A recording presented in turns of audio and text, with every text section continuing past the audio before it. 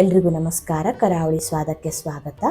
ಇವತ್ತಿನ ವಿಡಿಯೋದಲ್ಲಿ ತುಂಬಾ ರುಚಿಯಾದ ಮಾಲ್ಪೋವಾ ಸ್ವೀಟ್ನ ಹೇಗೆ ಮಾಡೋದು ಅಂತ ತೋರಿಸ್ಕೊಡ್ತಾ ಇದ್ದೀನಿ. ತುಂಬಾ ಸುಲಭದಲ್ಲಿ ಕಡಿಮೆ ಪದಾರ್ಥನ ಬಳಸಿ ತುಂಬ ಕಡಿಮೆ ಸಮಯದಲ್ಲಿ ಈ ಸ್ವೀಟ್ನ ಮಾಡ್ಕೊಳ್ಬಹುದು. ಒಂದು 3/4 ಗಂಟೆಗೆಲ್ಲ ರೆಡಿ ಆಗಿಬಿಡುತ್ತೆ. ಬೇಕರಿಗಳಲ್ಲಿ ಸಿಗೋ ಥರನೇ ನೋಡಿ, ಈ ರೀತಿ ತುಂಬಾ ರುಚಿಯಾಗಿ ಮಾಡ್ಕೊಳ್ಬಹುದು. ಹಬ್ಬಕ್ಕಾಗಲಿ ಅಥವಾ ಏನಾದರೂ ಸ್ವೀಟ್ ತಿನ್ಬೇಕನ್ನಿಸಿದಾಗ ದಿಢೀರಾಗಿ ಈ ಸ್ವೀಟ್ನ ಮಾಡ್ಕೊಳ್ಬಹುದು. ತುಂಬಾ ಚೆನ್ನಾಗಿರುತ್ತೆ. ಬನ್ನಿ ಈ ರುಚಿಯಾದ ಮಾಲ್ಪೋವಾ ಸ್ವೀಟ್ನ ಹೇಗೆ ಮಾಡೋದಂತ ನೋಡೋಣ. ಮೊದಲಿಗೆ ಸ್ಟವ್ ಮೇಲೆ ಒಂದು ಪಾತ್ರೆ ಇಟ್ಟು 3/4 ಕಪ್ ಆಗುವಷ್ಟು ಸಕ್ಕರೆ ಹಾಕೊಳ್ತಾ ಇದ್ದೀನಿ. ಸಕ್ಕರೆ ಬದಲು ಬೆಲ್ಲ ಕೂಡ ಬಳಸಬಹುದು. 3/4 ಕಪ್ ಸಕ್ಕರೆ ಹಾಕಿ ಅದೇ ಕಪ್ನ ಅಳತೆಯಲ್ಲಿ ನಾನಿಲ್ಲಿ 3/4 ಕಪ್ ಆಗುವಷ್ಟು ನೀರು ಸೇರಿಸ್ಕೊಳ್ತಾ ಇದ್ದೀನಿ. 3/4 ಕಪ್ ಸಕ್ಕರೆ 3/4 ಕಪ್ ಆಗುವಷ್ಟು ನೀರು ಹಾಕ್ಕೊಂಡು ಸಕ್ಕರೆನ ಕರಗ್ಲಿಕ್ಕೆ ಬಿಡಬೇಕು. ಅದಕ್ಕೆ ನಾನಿಲ್ಲಿ ಒಂದು 1/4 ಚಮಚ ಆಗುವಷ್ಟು ಏಲಕ್ಕಿ ಪುಡಿನ ಹಾಕೊಳ್ತಾ ಇದ್ದೀನಿ. ಒಳ್ಳೆ ಘಮ ಬರುತ್ತೆ. ನಂತರ ಕಲರ್ಗೋಸ್ಕರ ಒಂದು 1/4 ಚಮಚ ಆಗುವಷ್ಟು ಅರಿಶಿನ ಪುಡಿನ ಹಾಕೊಳ್ತಾ ಇದ್ದೀನಿ.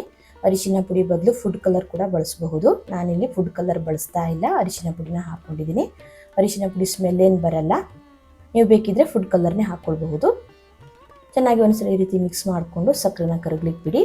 ಸಕ್ಕರೆ ಪಾಕ ಏನು ಆಗೋದು ಬೇಡ, ಜಸ್ಟ್ ಇದು ಕರಗಿದ್ರೆ ಸಾಕು. ನೋಡಿ, ಸಕ್ಕರೆ ನೀರಲ್ಲಿ ಚೆನ್ನಾಗಿ ಕರಗಿದೆ. ಸ್ಟವ್ನ ಆಫ್ ಮಾಡಿಕೊಂಡು ಇದನ್ನು ಇವಾಗ ತಣಿಲಿಕ್ಕೆ ಬಿಡೋಣ. ನಂತರ ಹಿಟ್ಟು ಕಲಿಸ್ಕೊಳ್ಳಿಕ್ಕೆ ಒಂದು ಮಿಕ್ಸಿಂಗ್ ಬೌಲ್ ತೊಗೊಂಡು 1 ಕಪ್ ಆಗುವಷ್ಟು ಮೈದಾ ಹಿಟ್ಟು ಹಾಕೊಳ್ತಾ ಇದ್ದೀನಿ. ಮೈದಾ ಹಿಟ್ಟು ಬದಲು ಗೋಧಿ ಹಿಟ್ಟು ಕೂಡ ಬಳಸಬಹುದು. ನಂತರ ಒಂದು ಚಿಟಿಕೆ ಆಗುವಷ್ಟು ಉಪ್ಪು ಹಾಕ್ಕೊಳ್ತಾ ಇದ್ದೀನಿ. ಉಪ್ಪು ಮತ್ತು ಹಿಟ್ಟು ಹಾಕಿದ ಮೇಲೆ ನಂತರ ಇದಕ್ಕೆ ನಾವು ಮಾಡಿ ಇಟ್ಕೊಂಡಿರೋ ಸಕ್ಕರೆ ನೀರನ್ನು ಸೇರಿಸ್ಕೊಳ್ಬೇಕು. ಚೆನ್ನಾಗಿ ತಣಿದ ಮೇಲೆ ಸಕ್ಕರೆ ನೀರನ್ನು ಸೇರಿಸ್ಕೊಳ್ತಾ ಇದ್ದೀನಿ. ಸ್ವಲ್ಪ ಸಕ್ಕರೆ ನೀರನ್ನು ಹಾಕಿ ಚೆನ್ನಾಗಿ ಮಿಕ್ಸ್ ಮಾಡ್ಕೊಳ್ಳಿ. ಮೊದಲಿಗೆ ಚೂರೇ ಸಕ್ಕರೆ ನೀರನ್ನು ಹಾಕ್ಕೊಂಡು ಗಂಟಿಲ್ದಿ ಚೆನ್ನಾಗಿ ಮಿಕ್ಸ್ ಮಾಡ್ಕೊಳ್ಳಿ. ಗಂಟೇನಿರಬಾರ್ದು. ನಾನು ತೊಗೊಂಡಿರೋ 3/4 ಕಪ್ ನೀರಿಗೆ 3/4 ಕಪ್ ಆಗುವಷ್ಟು ಸಕ್ಕರೆ ಹಾಕ್ಕೊಂಡಿದ್ದೀನಿ. ಇದು ಪರ್ಫೆಕ್ಟ್ ಆಗಿರುತ್ತೆ. ನಿಮಗೆ ಸಿಹಿ ಇನ್ನೂ ಜಾಸ್ತಿ ಬೇಕನ್ಸಿದ್ರೆ 1 ಕಪ್ ಆಗುವಷ್ಟು ಸಕ್ಕರೆ ಸಹ ಹಾಕ್ಕೊಳ್ಬಹುದು.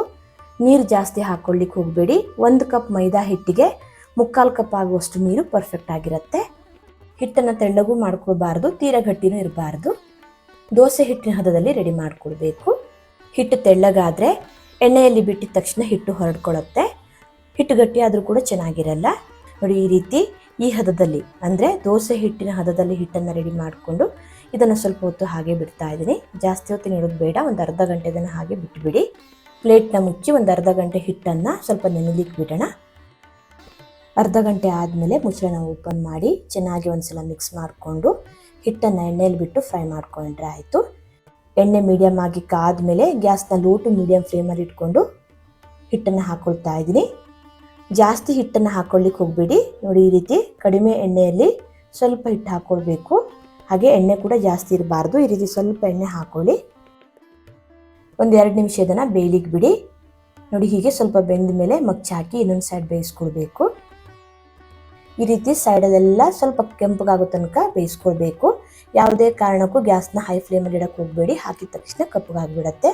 ಗ್ಯಾಸ್ನ ಲೋ ಟು ಮೀಡಿಯಮ್ ಫ್ಲೇಮಲ್ಲಿ ಇಟ್ಕೊಂಡೆ ಫ್ರೈ ಮಾಡ್ಕೊಳ್ಬೇಕು. ನೋಡಿ, ಈ ರೀತಿ 2 ಕಡೆ ಚೆನ್ನಾಗಿ ಫ್ರೈ ಮಾಡಿಕೊಂಡು ಸೈಡಲ್ಲೆಲ್ಲ ನೋಡಿ ಈ ರೀತಿ ಕೆಂಪಗಾಗಬೇಕು. ಮಧ್ಯದಲ್ಲಿ ಹಳದಿ ಕಲರ್ ಇರಬೇಕು. ನೋಡಿ, ಈ ರೀತಿ ಸೈಡಲ್ಲೆಲ್ಲ ಕ್ರಿಸ್ಪಿ ಆಗೋ ತನಕ ಚೆನ್ನಾಗಿ ಇದನ್ನು ಬೇಯಿಸ್ಕೊಂಡು ಎಣ್ಣೆಯಿಂದ ತೆಗೆದ್ರೆ ಆಯಿತು. ಮಧ್ಯದಲ್ಲಿ ಈ ರೀತಿ ಸ್ವಲ್ಪ ಪ್ರೆಸ್ ಮಾಡಿಕೊಂಡು ಎಕ್ಸ್ಟ್ರಾ ಇರೋ ಎಣ್ಣೆನೆಲ್ಲ ತೆಕ್ಕೊಳ್ಬೇಕು. ಕಜ್ಜಾಯ ಮಾಡುವಾಗ ಯಾವ ರೀತಿ ಪ್ರೆಸ್ ಮಾಡಿ ತೆಗಿತೀವಲ್ಲ ಅದೇ ರೀತಿ ಮಾಡಿದರೆ ಆಯಿತು. ನೋಡಿ ಎಷ್ಟು ಚೆನ್ನಾಗಿ ಬಂದಿದೆ ಅಂತ. ಇದೇ ರೀತಿ ನಾನಿಲ್ಲಿ ಇನ್ನೊಂದು ಮಾಲ್ಪೋವನ ಮಾಡಿ ತೋರಿಸ್ತಾ ಇದ್ದೀನಿ. ನೋಡಿ, ಈ ರೀತಿ ಸ್ವಲ್ಪ ಎಣ್ಣೆ ಹಾಕಿ ಎಣ್ಣೆ ಮೀಡಿಯಮ್ ಆಗಿ ಕಾದ್ಮೇಲೆ ಗ್ಯಾಸ್ನ ಲೋ ಟು ಮೀಡಿಯಮ್ ಫ್ಲೇಮಲ್ಲಿ ಇಟ್ಕೊಂಡು ಹಿಟ್ಟು ಹಾಕ್ಕೊಳ್ಬೇಕು. ಎಣ್ಣೆಲಿ ಹಾಕಿದ ತಕ್ಷಣ ಹಿಟ್ಟು ಹರಡ್ಕೊಳ್ತಾ ಇದೆ. ಶೇಪ್ ಚೆನ್ನಾಗಿ ಬರ್ತಾ ಇಲ್ಲ ಅಂದರೆ ಹಿಟ್ಟು ತೆಳ್ಳಗಾಗಿರುತ್ತೆ. ಹಿಟ್ಟಿಗೆ ಸ್ವಲ್ಪ ಮೈದಾ ಹಿಟ್ಟನ್ನು ಹಾಕ್ಕೊಂಡು ಚೆನ್ನಾಗಿ ಮಿಕ್ಸ್ ಮಾಡಿಕೊಂಡು ಮಾಲ್ಪೋವನ ಮಾಡ್ಕೊಳ್ಳಿ. ಪರ್ಫೆಕ್ಟಾಗಿ ಬರುತ್ತೆ. 2 ಕಡೆ ಇದನ್ನು ಚೆನ್ನಾಗಿ ಫ್ರೈ ಮಾಡಿಕೊಂಡು ನೋಡಿ, ಸುತ್ತಲೂ ಈ ರೀತಿ ಕೆಂಪಗಾಗಬೇಕು. ಮಧ್ಯದಲ್ಲಿ ಹಳದಿ ಕಲರ್ ಇರಬೇಕು. ಈ ರೀತಿ ಗ್ಯಾಸ್ನ ಲೋ ಟು ಮೀಡಿಯಮ್ ಫ್ಲೇಮಲ್ಲಿ ಇಟ್ಕೊಂಡು ಚೆನ್ನಾಗಿ ಫ್ರೈ ಮಾಡ್ಕೊಳ್ಬೇಕು. 2 ಕಡೆ ನೋಡಿ ಈ ರೀತಿ ಚೆನ್ನಾಗಿ ಫ್ರೈ ಮಾಡಿಕೊಂಡು ಎಣ್ಣೆಯಿಂದ ತೆಗೆದ್ರೆ ಆಯಿತು. ನಂತರ ಇದನ್ನು ನೋಡಿ ಈ ರೀತಿ ಸ್ವಲ್ಪ ಮಧ್ಯದಲ್ಲಿ ಪ್ರೆಸ್ ಮಾಡಿಕೊಂಡು ಎಕ್ಸ್ಟ್ರಾ ಇರೋ ಎಣ್ಣೆನ ತೆಕ್ಕೊಳ್ಬೇಕು. ನೋಡಿ ಎಷ್ಟು ಚೆನ್ನಾಗಿ ಬಂದಿದೆ ಅಂತ. ಈ ರೀತಿ ತುಂಬಾ ಸುಲಭದಲ್ಲಿ ಸಖತ್ ಟೇಸ್ಟಿಯಾಗಿ ನಾವು ಮಾಲ್ಪೋವನ ಮಾಡ್ಕೊಳ್ಬಹುದು. ಕೇವಲ 2 ಪದಾರ್ಥ ಇದ್ರೆ ಸಾಕಾಗತ್ತೆ. ಸಕ್ಕರೆ ಮತ್ತು ಮೈದಾ ಹಿಟ್ಟು ಈ 2 ಪದಾರ್ಥನ ಬಳಸ್ಕೊಂಡು ಬೇಕರಿ ಸ್ಟೈಲಲ್ಲಿ ತುಂಬಾ ರುಚಿಯಾಗಿ ಮನೇಲೇ ನಾವು ಈ ರೀತಿ ರುಚಿಯಾದ ಮಾಲ್ಪೋವನ ಮಾಡ್ಕೊಳ್ಬಹುದು. ಸುತ್ತಲೂ ಕ್ರಿಸ್ಪಿಯಾಗಿ ಮಧ್ಯದಲ್ಲಿ ಸಾಫ್ಟ್ ಆಗಿರುತ್ತೆ. ತಿನ್ನಲಿಕ್ಕೆ ತುಂಬಾ ಚೆನ್ನಾಗಾಗತ್ತೆ.